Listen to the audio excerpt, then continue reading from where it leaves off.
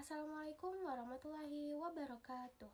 Perkenalkan, nama saya Nadira Nuria Putri dari Prodi Ekonomi Syariah Universitas Islam Tasikmalaya.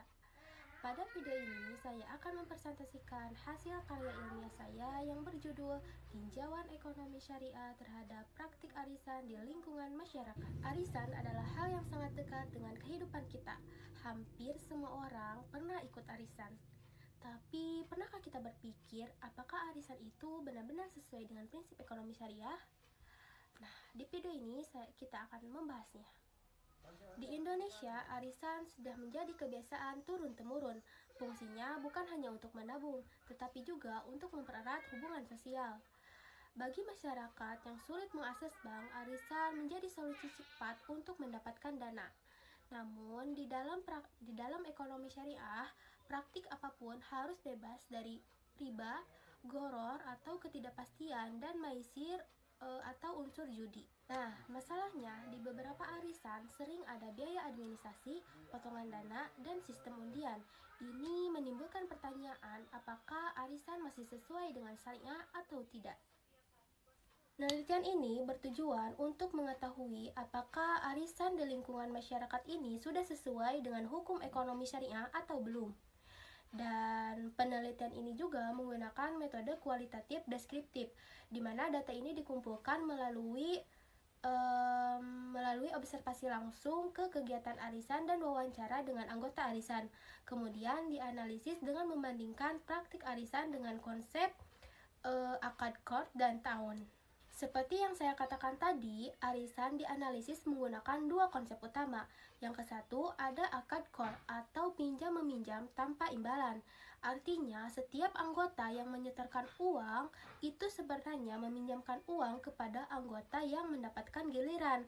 Syaratnya tidak boleh ada keuntungan materi dari pinjaman tersebut. Nah, yang kedua ada ta'awun atau tolong-menolong. Arisan itu bentuk nyata tolong-menolong dalam keuangan. Nah, hasil penelitiannya dari hasil observasi yang telah dilakukan, arisan dilakukan dengan cara semua anggota menyetorkan uang dengan jumlah yang sama. Lalu penerima dilakukan melewati undian, kadang ada biaya administrasi. Secara umum ini sesuai syariah, tapi ada titik-titik kritis yang harus diperhatikan. Titik kritisnya itu ada di biaya admin.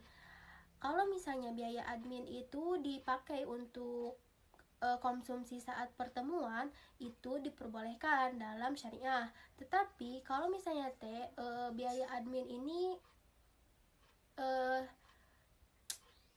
dipakai untuk keuntungan bagi pengelola, maka itu bisa termasuk kategori riba. Terus, bagaimana dengan sistem undian? Apakah termasuk gharar atau ketidakpastian?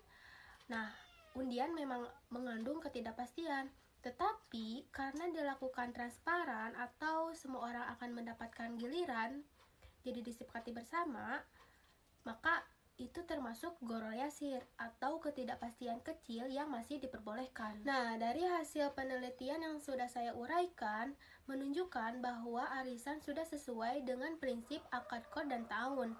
Sistem undian bukan gharar yang dilarang.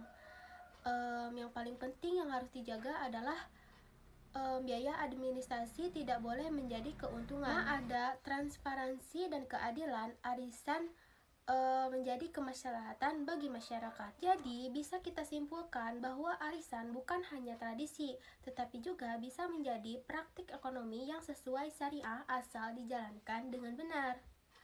Nah, semoga penelitian ini menambah pengalaman kita bahwa tradisi lokal itu bisa tetap berjalan selaras dengan nilai-nilai Islam. Sekian yang dapat saya sampaikan. Mohon maaf bila ada kesalahan. Wassalamualaikum warahmatullahi wabarakatuh.